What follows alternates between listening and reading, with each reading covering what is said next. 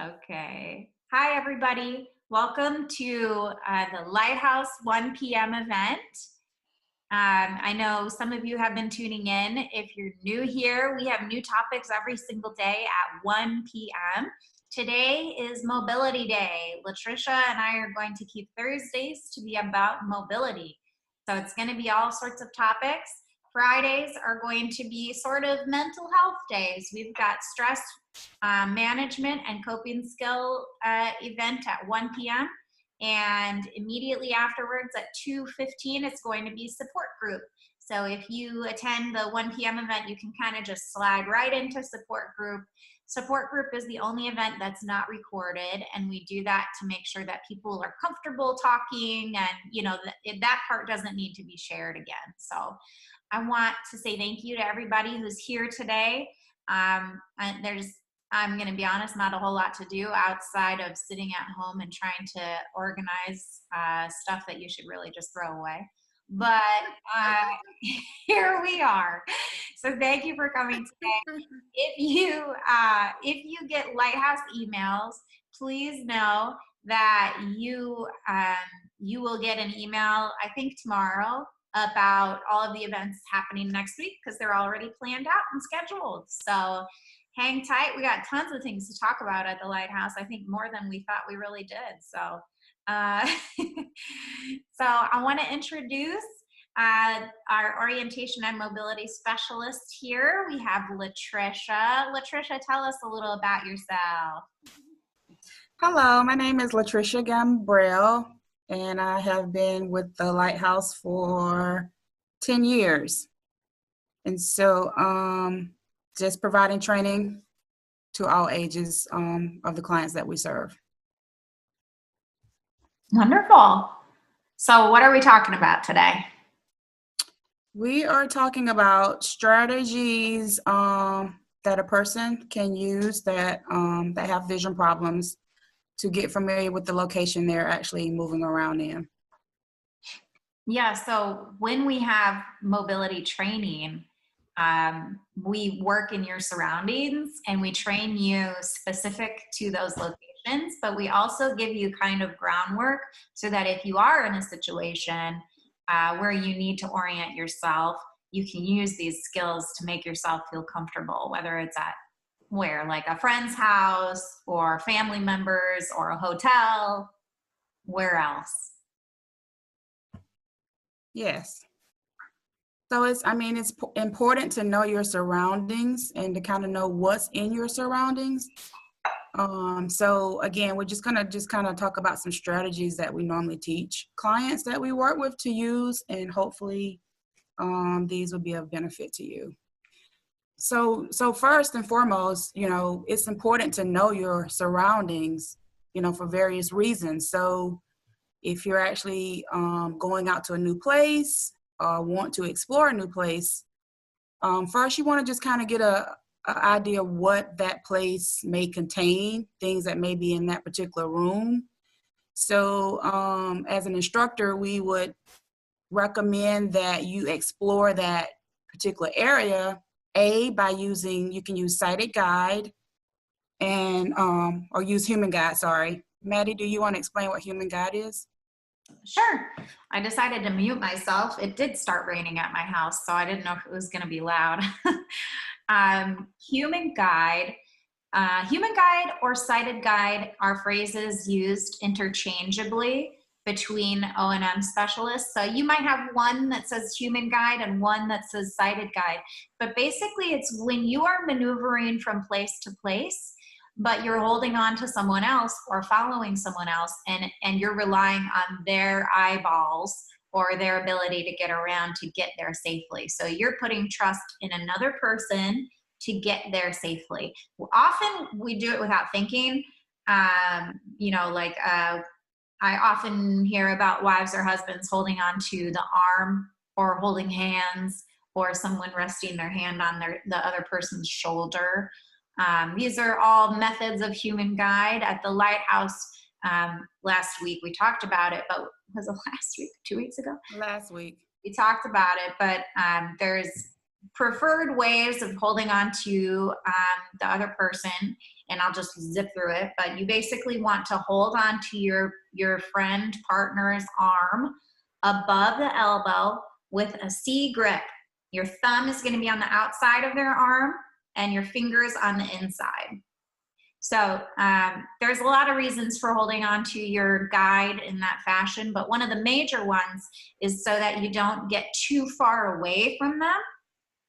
So if you end up too far away, you're kind of playing crack the whip when you're walking. So if you hold your elbow in close to your body and hold on to their arm right above the elbow, you're a comfortable distance from that person in case you don't know them. Like if you're at a museum, a grocery store, church, wherever you might be where you're using a guide. But it's still close enough where you're gonna be able to feel their body movements and get a lot of information from them. So a lot of safety in using human guide. I highly suggest, if you're not using it now, to give it a try. If you have a husband, wife, loved one, daughter, son, whoever you might walk around with, give it a try, trusting them and their eyeballs and to get you from point A to point B. Yes.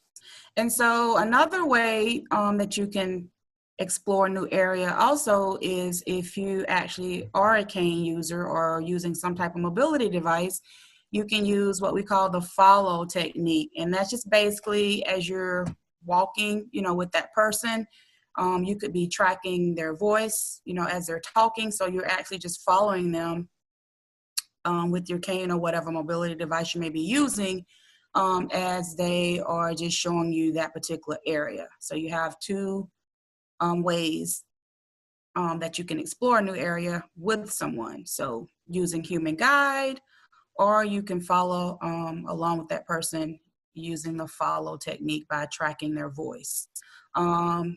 A lot of times we teach the client to, if you're walking with a human guide, and well, not a human guide, but a person, and you actually just want to track their voice, we ask that you, ask that person to just have a conversation with you so you can just continue talking with that person. And then also that's providing a way for you to track them as they are showing you around that new area. I think using that skill would actually be helpful for improving auditory skills too.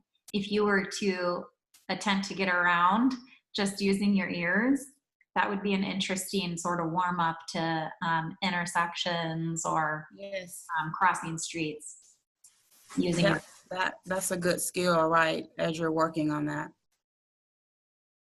So again, when you're exploring a new area that you're not familiar with, it's important that again, that area, because you walking in open space can be challenging for most people that are blind or visually impaired, but at least if you have some sense of what's in that particular room or what's in that particular store, hopefully that will give you a little bit more confidence as you move around. So, some people may think, well, why do I need to know there's a chair in the room or there's a table?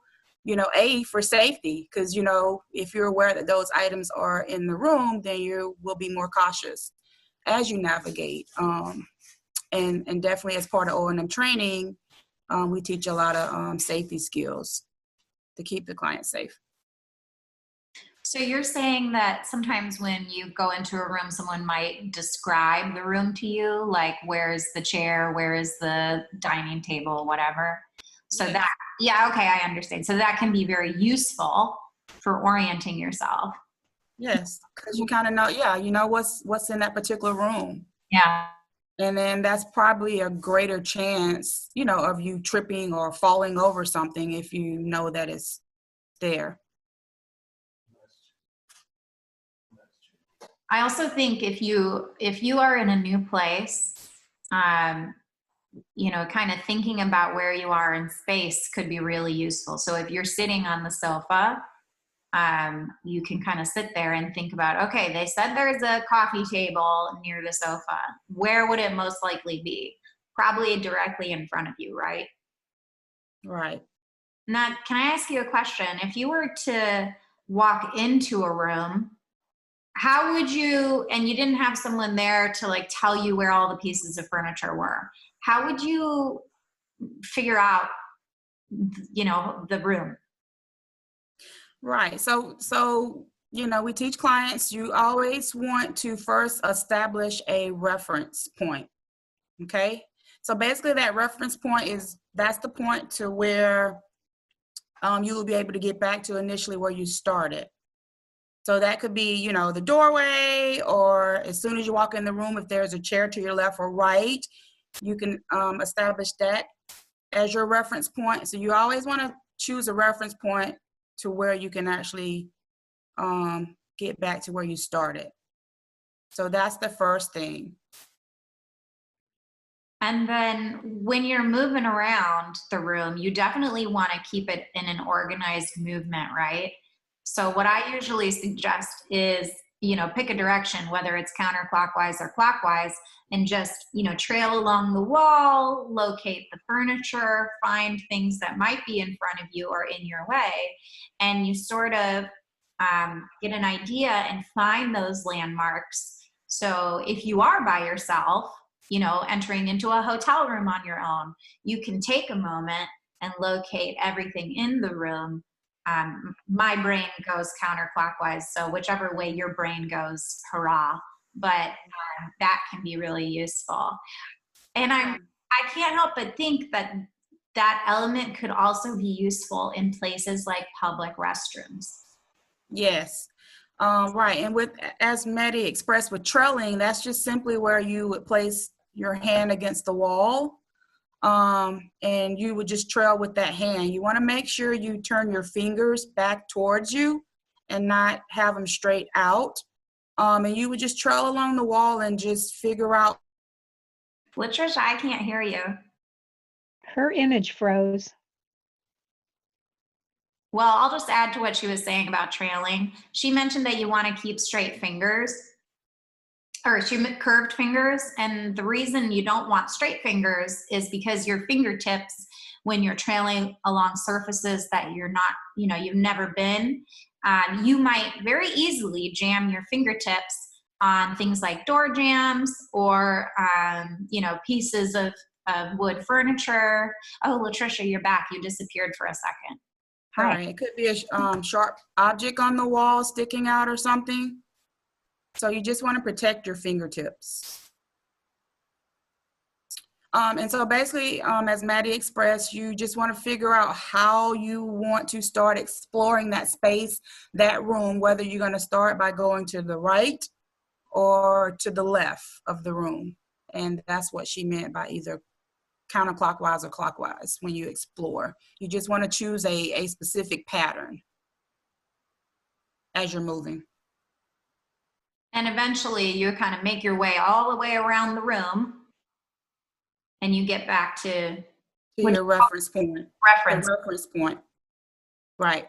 That reference point is, you know, is very important because, again, that's how you're going to know that you've actually made it back to where you started. So that's very important. That's the first thing that you do is you choose a reference point that you're going to actually use. Something else that we mentioned yesterday is making sure that you're moving at a little bit slower pace, a more methodical pace when you're in an area that you're not knowledgeable about or you have no reference for, because you know, running into a coffee table at 1 mile an hour versus 10 miles an hour can definitely feel differently on your shins. So being just a little more methodical with your movements in areas that you're unsure or unfamiliar with. Right. So that's, you know, if you're exploring that location by yourself, again, if you're using, you know, a human guide, then, you know, sometimes that person may not know what they need to tell you. You know, most people will not.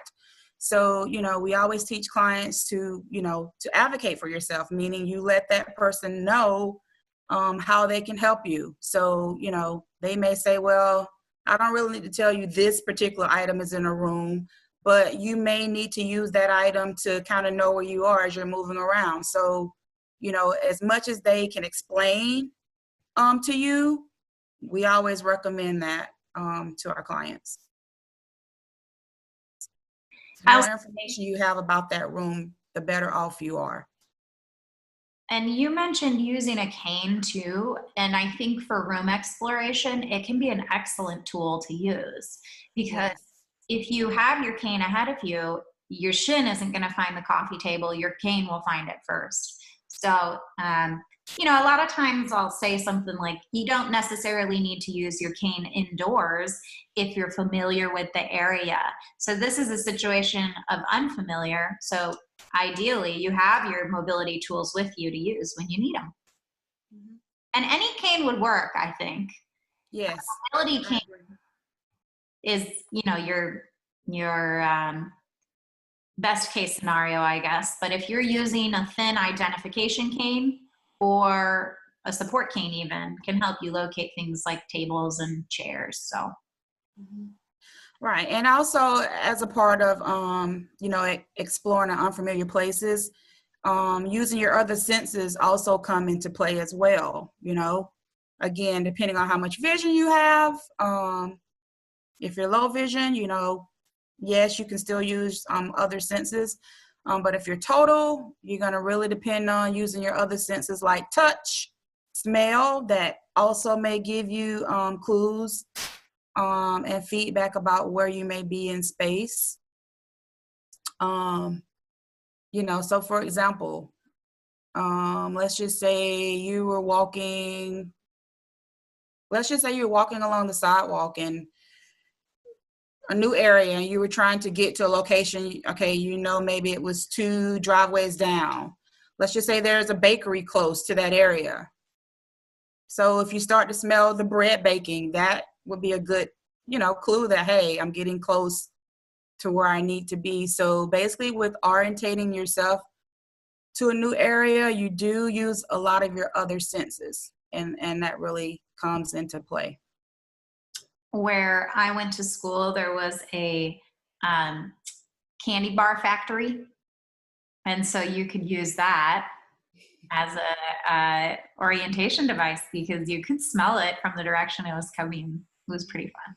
Of course, here we have the orange plant, but it pretty much smells like oranges everywhere. No, that's, yeah, kind of Or hard you, to use or that. you could use that candy shop as a stopping place to catch your breath, perhaps. And to get a snack. Yeah. Yeah. But also, as Maddy mentioned, so again, when you're trying to learn a new area, another thing that you could do is also try to establish different landmarks or clues. Okay, so in training, we teach clients to establish both of those. So clues are things, you know, that may be there along your route or they may not. Okay, so for example, what's a clue that may be there or may not? I know with some of the training, maybe there's a fountain where water is flowing.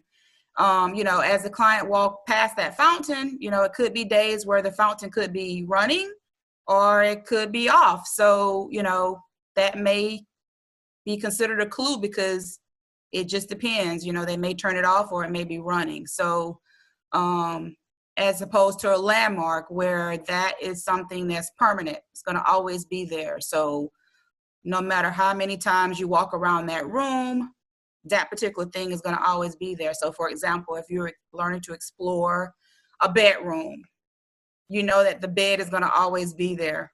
So that could be a good landmark to know, okay, once I reach the bed, then I know the nightstand that I'm looking for is going to be to the left of the bed or to the right of the bed. So a lot of times during training, we try to get the client to try to pick out a lot of different landmarks they can use when they are trying to get familiar with the new location, because again, those things are permanent and really helps with you actually figuring out where you are as you're moving.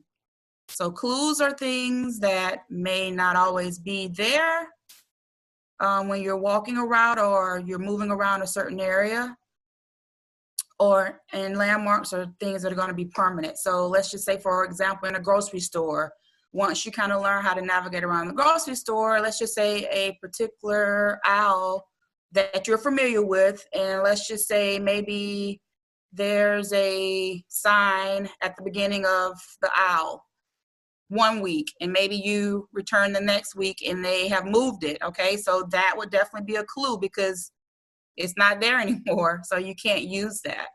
So we always try to pick out landmarks, or the client to pick out landmarks, so that those things are always there.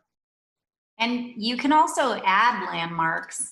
I've had people who will put in a post next to their driveway, and it helps them when they're, going out to get the mail or walking down the street for some exercise, that when they walk back to their house, you can locate that landmark and know that your driveway is the next driveway. So, yeah, you can create your own landmarks if that helps you with finding that area.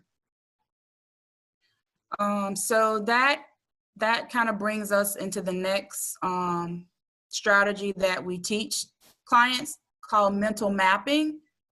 And basically mental mapping is just basically where you have the mental picture of whatever room or store, whatever location. You picture that, you have that picture in your mind of actually what that particular room looks like. So a lot of times as an instructor, when we are exploring a new area, let's just say a store, for example, the client and the instructor will walk into the store, and then I would verbally start describing the layout of the store before we even actually go move around the store. So for example, we could enter the store through the far right entrance, may have two entrances to the store. As we enter the store, customer service may be directly to the left when we walk through the automatic doors. The bakery may be to the right. Cashiers may be directly in front of us, as well as customer service. So basically, verbally, I'm describing the layout of the store with the client before we actually start moving around the store. And so that way the client is starting to get what we call mental picture in their mind of what the store or that room looks like before we actually start moving. And that really helps a lot because you've already pictured it in your mind. You have a clear picture of what the actual store looks like. So as you start moving, then you're actually using another strategy that we call spatial updating, meaning as you're moving through your room or through the store, you're going to be updating where you are. I think we might have lost Latricia again. Darn it. So she's talking about spatial updating, and that's just making sure that you're, where you are in space as you travel makes sense. So if you're starting at the customer service, walking to the back of the store, you know that after, 30 seconds of walking towards the back of the store, you're halfway. So spatial updating can be really important for walking down sidewalks, because if you're between corners, you want to make sure that you're, if you've been walking for 10 minutes down one block, then you've probably been walking too long. I think we officially lost Latricia. But so spatial updating can be an important skill to have. Not everybody is great at all these skills, and just like any other craft, you have to sort of hone these skills too. So a lot of times with mobility specialists, we will work on these. You probably don't notice we're working on them, but we definitely work on these skills as we go. So I wanted to talk a little bit more about mental mapping or cognitive mapping, which is what Latricia is talking about when you sort of have a plan, like you have the directions. I think we're all familiar with giving people directions. If you think about how you communicate with, people who are trying to get to your house, a lot of times you'll give them pretty specific directions. We're all the way in the cul-de-sac, third house on your left, something like that. So you understand the concept of giving directions already, and I'm sure some of you already visualized driving or walking into a cul-de-sac and finding my house on the left-hand side. So you're already using the skill, but in order to use it, say in a grocery store, you're going to maybe take 2 steps into the store and then take a left-hand turn and walk until you hit the counter. Then you will be at customer service. If you are in a town setting, they might say, walk 2 blocks north, take a left and head west for 2 blocks, and you'll find the grocery store. If you're in a city, they might say it's 3 miles from here north, take a right on Washington Avenue, and you'll locate, and then it's 2 blocks from there. So there's lots of different ways to use cognitive mapping. And in fact, it doesn't even have to be like I gave you sort of quantitative measurements, like miles, blocks, but you could even be, if you were in, you know, like a store, oh, Latricia's back. Hi. Sorry, my connection. That's I all right. don't know. I was just saying that mental mapping doesn't have to be like blocks, miles, whatever. You can use it also if you're in any sort of, just for an example, if you were in a school and they have these big pillars, or grocery stores, they have these big pillars for supporting the building.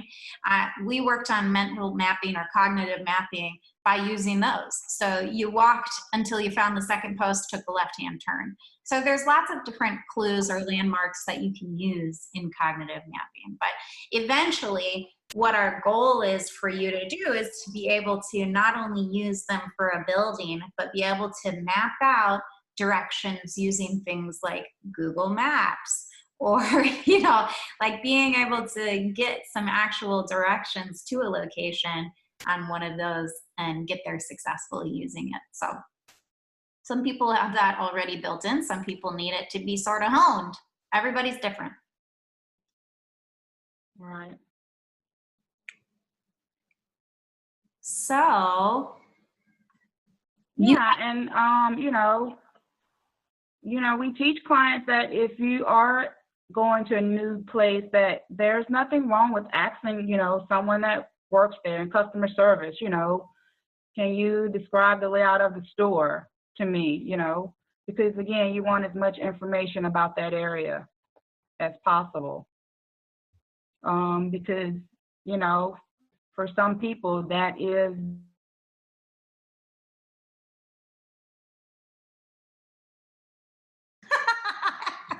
we can't get it right with Latricia. But she is right. When you walk into the store, you can always ask customer service for a little bit of help. Latricia, maybe you should just be audio. Maybe your internet's not up to. I'll go audio. But in a place like a store, you can always ask for the aisles too. So if you're in a grocery store, you can ask for what aisle is the bread in, and then next time maybe you won't have to ask that question because you've already been able to map it out in your head. Lots of different things. As long as you sort of pay attention, you can definitely hold on to that information, and then next time you go, it's going to be a little easier getting around. Mm-hmm. Yeah. Well, you had some discussion sections here, Latricia. I didn't know if you wanted to go into those. Sure, we can. So yeah, we can open it up for discussions and just kind of get a feel of how people that are on the call today, how do you feel like you move around in places that you're unfamiliar with? So like, for example, let's just start with the grocery store. Okay, so I'm going to unmute everybody so no one has to worry about *6. I'll unmute you, and if you would share with us how you get around the grocery store.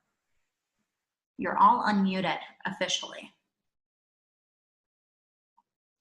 Hi, and I was in Daytona. This is one neighbor. Yeah. Hi. So I was in Daytona there. That like these she start with you. So they call helpers in the store. Like they help you get around. You know, the like, third thing is like they help you find it in the store. Like person like a So you use yeah. you use a person to help you find things in a store, is what you're saying? Yeah. So, if I know something there, so if I know something else, I look at it in like another city. So if I know something there, I'll help help me find it. So with that, I had no problem doing that. But I always have to ask for help with that. But it was kind of interesting learning how to like do that. It was really fun. I definitely think it's fun to ask for assistance. Yeah, to the mailbox and neighbors or friends have been getting me food and I have Meals on Wheels. Oh, that was. Been doing. I had to mute Marty. She's talking on the phone. Juanita, I definitely agree with you. I think also asking for assistance in places like grocery stores is a great thing. I think it's very difficult for some people, especially if you've been shopping at the same store forever and ever. I think a lot of people are a little prideful about being able to locate stuff on shelves. But I do think you get to a point where, you know, you realize that there's possibly 400,000 types of soup on the counter, on the shelf, and you might need a little bit of help. But getting to the shelf, you can locate it pretty easily now the second time you do it. So thank you for sharing that, Juanita. I did have to meet. And again, Who's that? I'm talking Latricia. Latricia. I was going to say that it, you know, again, it depends on how much vision, you know, that person may have to whether, you know, they're able to just get information from someone and then they will be able to find what they need in the store, or if they actually need to, you know, learn how to locate customer service. So I know taught clients both from, you know, client with no vision to low vision, to where that client would learn how to enter the store, and then from entering the store, they would learn how to locate customer service independently. So that's pretty much, as a part of their training, that's really what they wanted to learn was, I want to learn how to get to customer service independently by myself, and then from customer service, I can ask for assistance from someone. And so, you know, practicing that route from the entrance of the store over to customer service, you know, may take 3 to 4 lessons. Then that person is able to do that independently. So it just depends from person to person, you know, how independent you would like to be in that sense of once you actually get to the store. If you think kind of differently from walking around a store and more around things like independent livings. We have a lot of people that live in independent livings, and I'm always surprised when they tell me that they don't leave their room by themselves. You know, if you have nothing else going on and your balance is okay, a lot of those places are kind of a big loop. So I highly suggest to my friends and clients who live in situations like that they just take some time and get curious and try to orient themselves to areas in their independent living or assisted living, or, you know, a church that you're attending or whatever it might be. Because even if you make a wrong turn, you can always ask for help, get back to where you need to be. But I think a lot of people are afraid of being outed, maybe with a vision impairment, or maybe just don't want to ask for help again.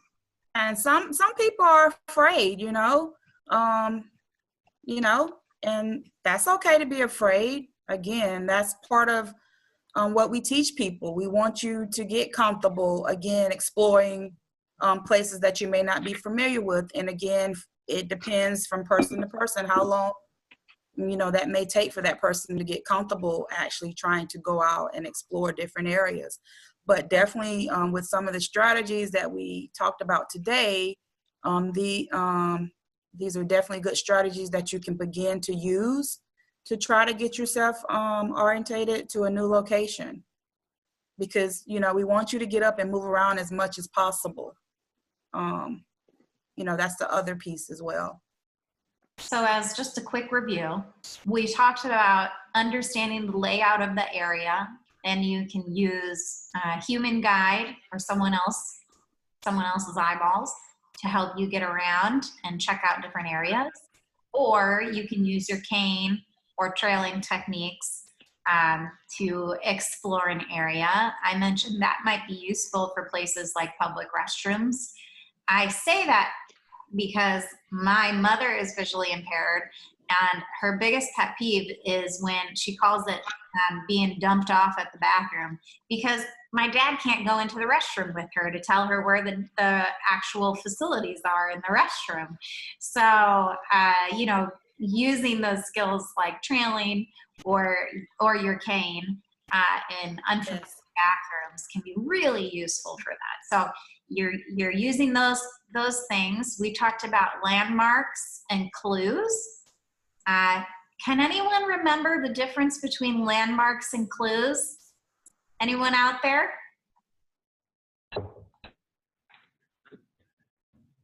I can see Marty's thinking. What's the difference between landmarks and clues? You know, Michael? Well, landmarks are things that are always there. Clues deal with other than, well, like smell and touch and so on. I think that a clue is, you know, using other senses. Sure, and a clue may not always be there as well. Yeah, I think we got 50% there. Good job, Michael. A clue might not be there, right? Like True. Yes, that's true. that could turn off and then you don't have it. So, Latricia, you also wanted to talk about different areas. I know I've mentioned the restroom, but there could be other areas that end up in that you have no, you know, pre-knowledge of what that area is mapped out to be like. So can anybody think of an example like that? Like, does anyone have an example of a place they've been where they had no knowledge of and it was just fresh and it was tough to get around? Restaurants. They're all different, right? Restaurants. Got that right. Yeah, that's a good one. A lot of times, when I'm training clients, you know, they may want to learn to get around their favorite restaurant. Different strategies there. You know, if you're going to a restaurant with someone, a lot of times it's just easier for the client to use human guide with the person that they're with, because, you know, it may be crowded. The restaurant could be dimmed, depending on, you know, your vision. So a lot of people will just grab an elbow and just kind of let that person lead them. But, you know, you do have clients that use their cane as well. By, you know, using their cane and also using the follow technique with the person that they are with. So I always tell a client, you know, as you're moving through a restaurant with your cane, if you accidentally hit someone or something, you know, just say, excuse me, you know. That's all you can kind of do. Yeah, I have a lot of my clients who have been concerned about hitting other people with their cane. And I don't get it, because I'm like, okay, who's got more information in these situations? You using a white mobility cane meant for people with visual impairments, or the guy who's speed walking down the sidewalk? You know, like, he can get out of the way. That's on him. Right. What about navigating through an airport? I'd love to know if anybody has done that. Is that a challenge for anyone? It's a big challenge. Okay, how do you handle that situation, Susan? I have someone head me in the right direction, because I Okay. can't read any of the overhead signs, or I get a guide from the airport personnel. Okay, very They'll good. either walk me to different gates, or I ask people. Okay, But they don't care about the white cane, even in some airports, I've noticed. really? Some don't. Some people are very helpful when they see the cane, so I'll just go up to strangers and ask them and follow them sometimes too. Yeah, I know with some clients, what they have experienced is they will actually put them in a wheelchair or offer a wheelchair for them to Yeah, be. I've done both, or I'll say, no, we'll just walk it. So they'll do whatever I want usually. Right, and I always, let the client know that you advocate, on behalf of yourself as to what's going to work best for you. If you feel like you do not want to be wheeled around the airport and you want to walk, then just express that to the person that's actually going to be helping you. Yeah, that's what I do. Yeah, the airport can be very challenging, especially if you're trying to read the signs and, depending on the airport, some of them are very large, so yeah, I always recommend to a client to ask for assistance if you feel like you're going to need it, before. I usually, when I'm booking flights, I'll book ahead for assistance. So, Yes. and that way the stewardess can tell me what the landmarks are on the plane and that kind of stuff. So that's been helpful. Yes, that's a good idea. That's what I was going to mention, is that if you are someone taking a plane, there's usually a place where you can say that you need extra assistance. Mhm. And you do want to do it ahead of time. Yeah. And then when you choose to have the extra assistance, often it will pop up with a disclaimer that says only when there's enough airport personnel, blah, blah, blah. But I've never had anyone who got up there and they told them that there wasn't enough people to take them to to their flight. So Their gates. thank you. I've had other passengers who've had the same connecting flight with me, and so I told the airport person I didn't need them, and I just stuck with the other passenger and followed her the rest of my trip, which was kind of fun because you meet new people too. Great example of advocating for yourself. Yeah. Yes. Like you found someone who could help you, and people are generally willing to assist, especially if Yeah. they don't have to go out of their way at all. They are. Right.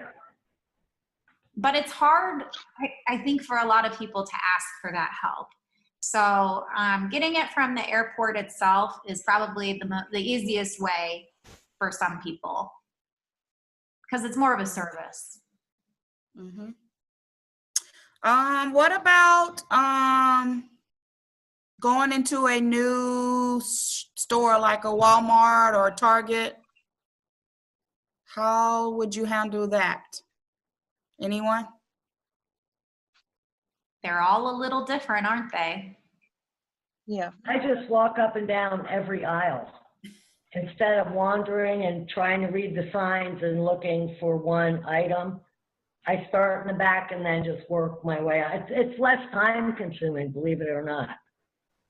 Okay. You get all So your sounds like Susan definitely has strategies that she's using. So good job, Susan.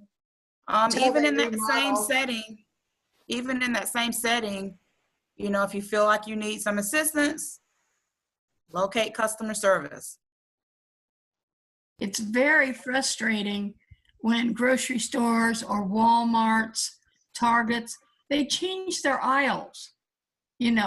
What's where. Where the coffee is, and the next week coffee is somewhere else. Yeah. That makes it very hard. Yeah, well, Pam, that's life. And as an instructor, that's what we teach our clients, that, things could change. So you have to kind of plan for that. And I think the answer is deal with it. right. And so then that's where those problem solving techniques come in, those strategies. So, I remember working with the client and teaching them how to kind of get around their home because it was a new home for them. And so the client's brother was just going around moving different things, around the home. And I'm like, no, he needs to locate things. Like, Yeah. you can't go through life moving things for people or expecting people to move them for you. You have to A, learn how to safely navigate around those things, and then B, those things are actually letting your brother know exactly where he is as he's moving around the home. So, right, you have to just kind of expect those things to happen and then figure out what your next plan is going to be to try to figure out, you know, how Yes. you're going to move around that. So Yeah. I think I heard my name. Did someone say Maddie? I'm hearing things. Okay. No, somebody did. Yeah, so stories like that can kind of be frustrating, you know, when they move things around, because we do teach, you know, in certain areas that you want to have a place for everything, but some things are out of your control. You can't control how the store sets up displays or when they decide to move things, so then you just have to have another strategy to deal with that. If we're complaining about store displays, I must talk about department stores for a second. Does it annoy anybody else that the women's section is like in 40 different sections based on brand? It bothers me. I can't stand it. I can't find anything. I was going to say that was another place that I had suggested was malls. How do you move around a mall? That's a large area. And I have had clients that wanted to learn how to get around the mall. So, you know, it may not be where you need to learn the whole the whole layout. There may be just specific stores that you want to learn how to get to, you know, and then learn that, and then you can kind of branch out from there. So what do you suggest? Can be When someone tells you that they want to learn to get in the mall, maybe to the food court, how do you get from the parking lot through the building to the food court? Using a human guide. That's probably a great idea, especially the first time you go to a new mall or shopping center.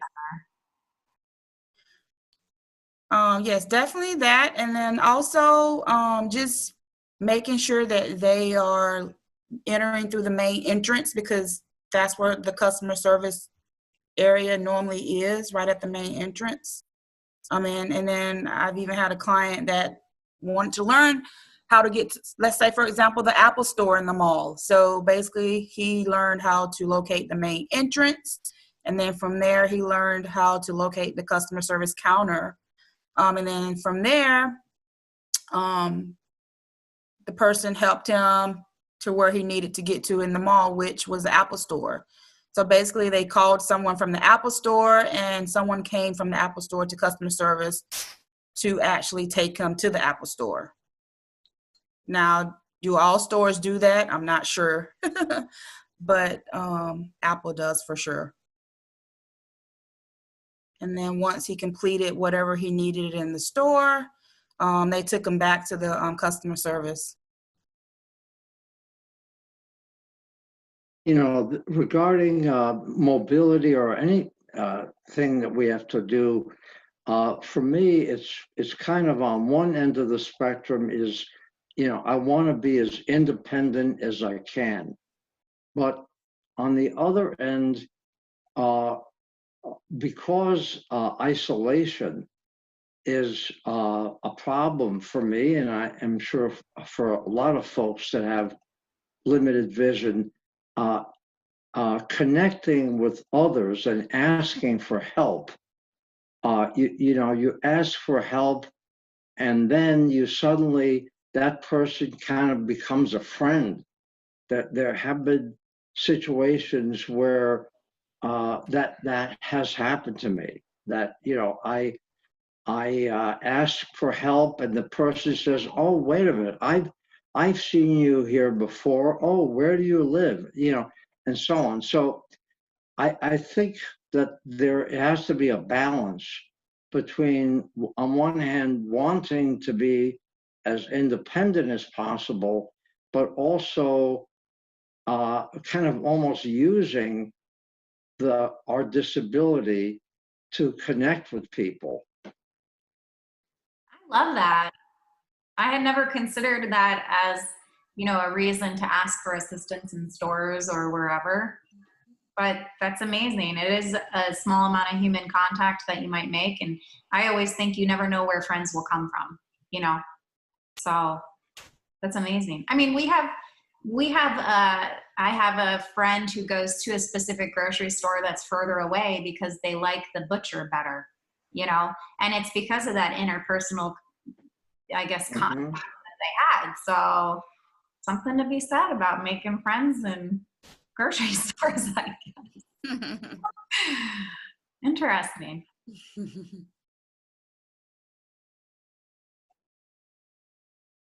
Well, it's like I like to make friends when I'm waiting in line at the bathrooms. I don't know. I think any kind of positive interaction with people is a good thing. Yes. Any other places that you can think of that presents a challenge for you to navigate around that you're not quite familiar with? I have an interesting one. Walking the dog, I use my ears a lot and can hear cars coming or people walking. I do not always hear the bikers that ride by rapidly in a pack, you know, the guys in the yellow shirts. Yes. So that gets a little scary. My dog will not jump out in front of them, but Hold on just a second. Michael, Julie's on the phone. Tell her I'll get if back to her anybody in has 5 a minutes. suggestion. Tell her I'm not. Oh, can he call you in 5 minutes?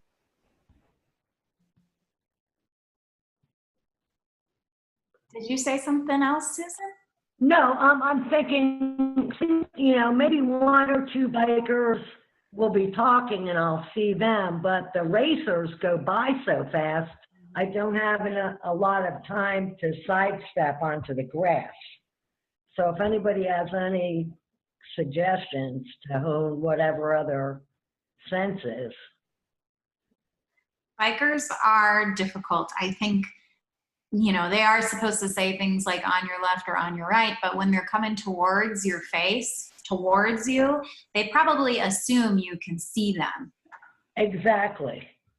Even if you have a white cane, it's not, they may not see your white cane. So I usually ask the dog. I'm not my cane, but.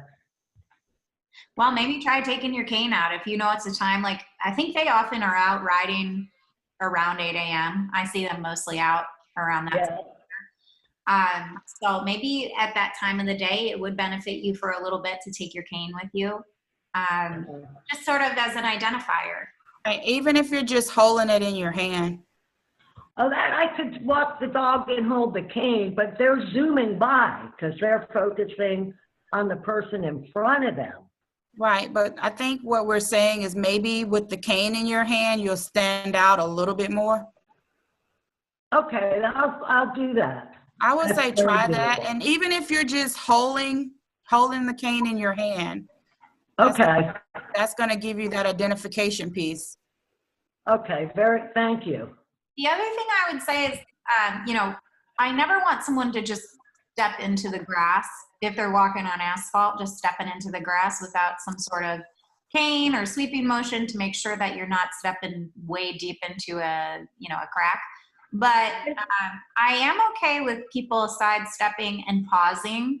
A lot of times people like to take a pause when big trucks are rumbling by or, Right. like you said, bicyclists. So if you hear them in advance, I know they're tough to hear because they're quite silent, but to me, I think that would be a situation where I would feel comfortable maybe taking a side step towards the edge of the road just to feel like you're a little bit more out of the way. Okay, yeah, and I pretty much have that road and the grass memorized as far as the armadillo holes, but I do a side step. Well, you have to know where the armadillo holes are, so you don't step in them, right? In the country, apparently. I know where you live. I can't believe You know, armadillo. you've walked on that road with me before. Yeah. Yeah. All right, I'll do this side step and carry my cane. Yeah, and let us know how that goes. I will, because I have the dog trained. I'll just say side instead of right or left. That way he'll always go to the side no matter what side of the road we're on. So, all right, I'll give it a try. You could also duct tape a hula hoop to your back and then maybe make sure that you get that much room. Okay. How about walking on beaches or in parks where you get sidewalk and then you get dirt, or you may get sand, or I find it very hard. Using your cane. Say that again, Latricia. I said using your cane would help. You know, I always have my cane with me, but it's still, my gait, my walk is uneven. Yeah, walking on sand is very tricky, and we actually have a cane tip that we, a big round called the disc that can be used walking over sand and things like that, which seems to help a lot of the clients. Oh, would that work in grass, like in your yard or something like that? Yes. No, I personally need to look into that then. Yeah, Okay. It's really big round tip. Okay. I wish I had mine at home. It's called the Dakota disc. Yes. And it was maybe we can show that one day, Maddy. yeah. Different At the types office. of, Mine's at the office. Do you have yours at your house?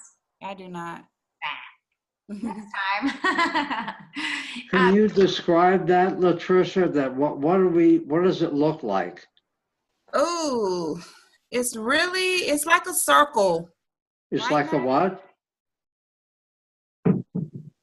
It's round. It's It kind of How big a circle? looks like Yeah. a frisbee. Oh, Oh. big. Hmm. yeah, it's really big. It's not quite as large as the frisbee, but it's kind of that same. It is quite large. So it can be useful for beach travel. It sits on the sand and sort of sweeps side to side. Oh, you know what it looks like is one of those metal detectors that you see people out in the sand using. Yeah. Except this actually touches the sand and sweeps side to side, and it's supposed to give you a better idea on uneven surfaces where your cane would plop into the sand or plop into the grass. It can be useful for that. And do we have these available once we get back to the offices? Do we have these available at Peepers? No, I don't think so. No, these need to be ordered on your own. We don't see a lot of people who want these, so we don't keep them in stock. But you Okay. can, what company can you get them from, Latricia? Back. Ambutech, yeah. Mm-hmm. The other thing with beach travel is when I work with people at the beach, I had a client who lived in Englewood. She wanted to be able, she actually had a dog guide. So we wanted to get to the beach, walk up half a mile, walk back half a mile, and then exit. So she used her GPS to track the distance of how far we walked, and then on the way back, how far we walked. But she also used her ears. So she knew that on the way, out, her first half mile, the waves were going to be in her left ear. And on the way back, the waves were going to be in her right ear. So she stayed oriented a little bit with that sound. Another issue at the beach is if you get up and get into the water, how do you find your stuff? Yeah. You can imagine, it's already difficult enough with eyeballs because usually the water floats you a little bit away from your thing, takes you down the beach a little. So then exiting the water and getting back to your things can be difficult. So I had somebody who actually brought one of those, it was like a bicycle flag. It was bright orange, and he planted it in the beach, in the sand, and he had enough vision where he could see it once he got close enough. So he kind of did some searching at first, and then he could locate it. Other people have suggested keeping a small radio going at their towel. Yes, I've had a client to do that. Yeah. And that was definitely successful. He was able to locate the area that he was sitting in by listening for his music.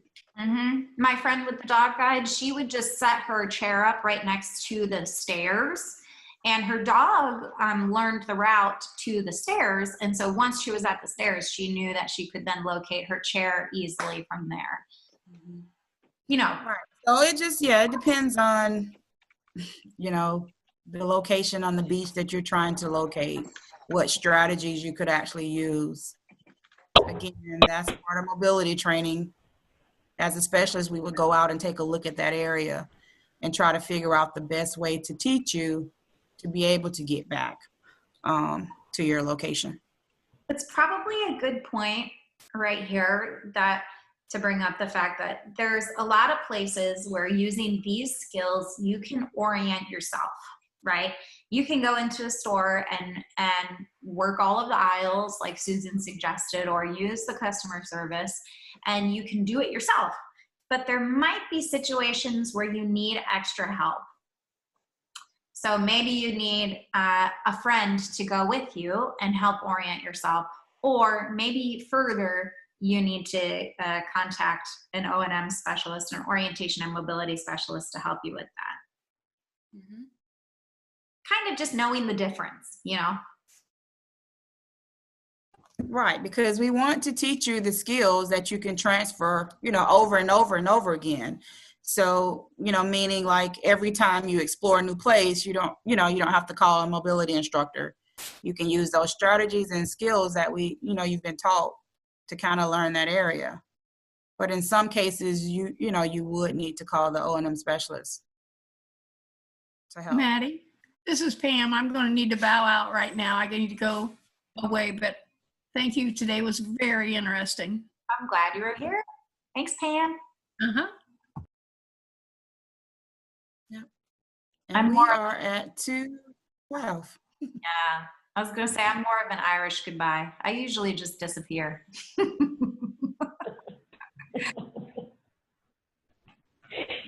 All right, so I think we're at the end. Thank you so much. Does anyone have any? Oh yeah, go ahead, Latricia. I was asking, does anyone have any more questions before we wrap things up?